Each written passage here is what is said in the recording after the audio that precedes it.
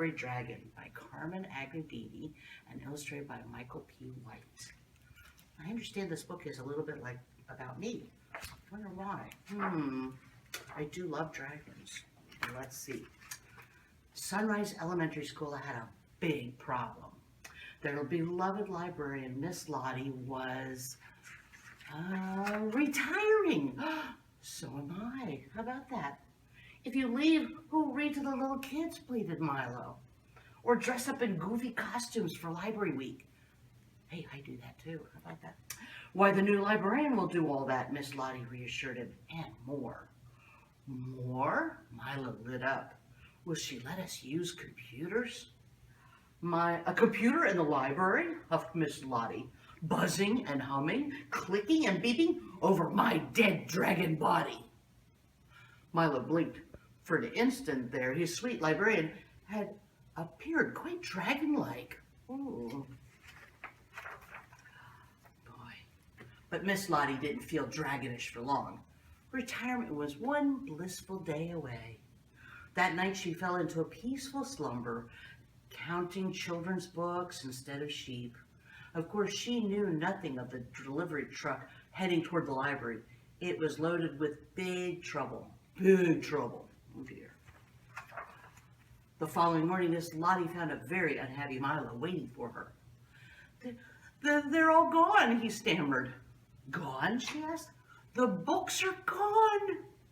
Miss Lottie's tail gave a dangerous twitch. Who would dare take our books? Central office, gulped Milo, and they sent a guy who says he's IT. Oh dear. The library door swung open. Come on in, boomed a wiry little man. My name's Crowchip, Mike Crowchip. Did he say microchip? Asked Milo. Miss Lotty didn't answer. Her eyes scanned the empty shelves. What have you done with our books? A wisp of pale smoke escaped her lips. You do know this is a library. It's better than a library, chirped Mike Crowchip. It's Media World, the new Sunrise Library. Uh-oh. This is not going to end well. No books? Miss Lotty found herself growing oddly warm. It's a brave new world, Crowchip beamed at Lottie. Books stain and tear and take up room. Check out the Book Begone 3000. It'll kindle your fire. Pardon me, mister. It was Milo. Other children had gathered behind him to protect the library book napping. We'd like our books back, please. Microchip's brain short-circuited. You want them back? But why, when you could have 10,000 books in one handy little... Because, said Milo, 10,000 books on a screen all look the same. And a third grader added, right, but 10,000 books in a library all look and feel different.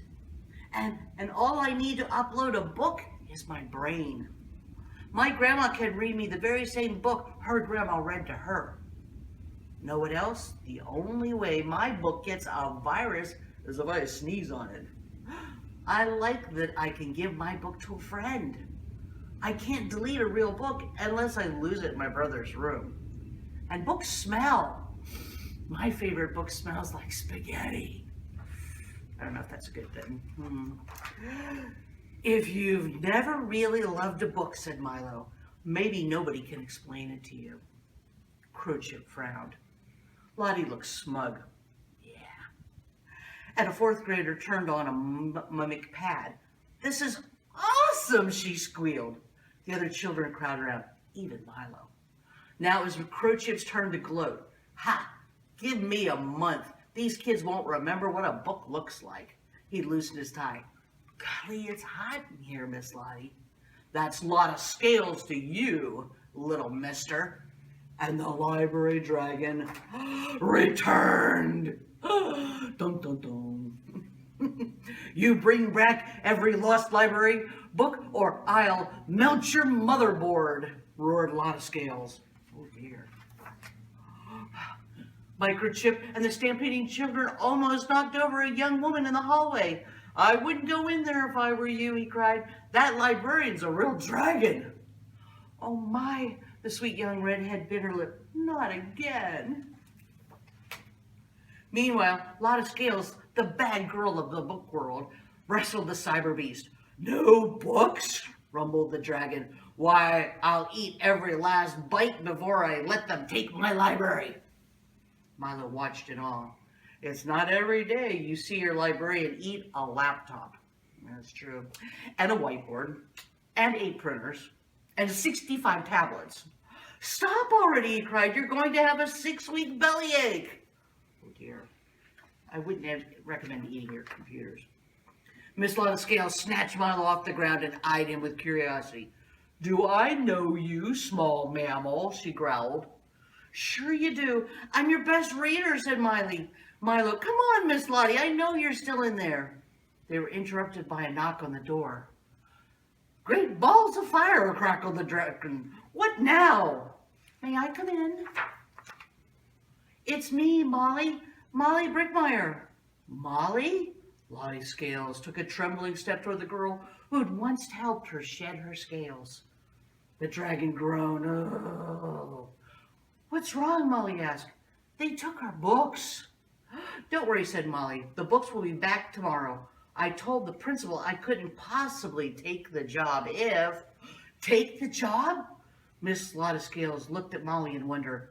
You're the new librarian? I was going to surprise you, said Molly. She patted the giant beast's snout and whispered, I learned from the best, you know.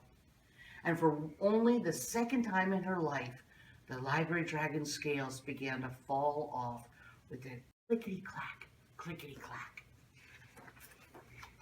Clickety-clack, Miss Lottie was back. Whew. Just look at this mess, muttered Molly. I love technology too, but our kids need a library where they can unplug for the love of books. Molly's ears began to grow warm. A children's library at sunrise?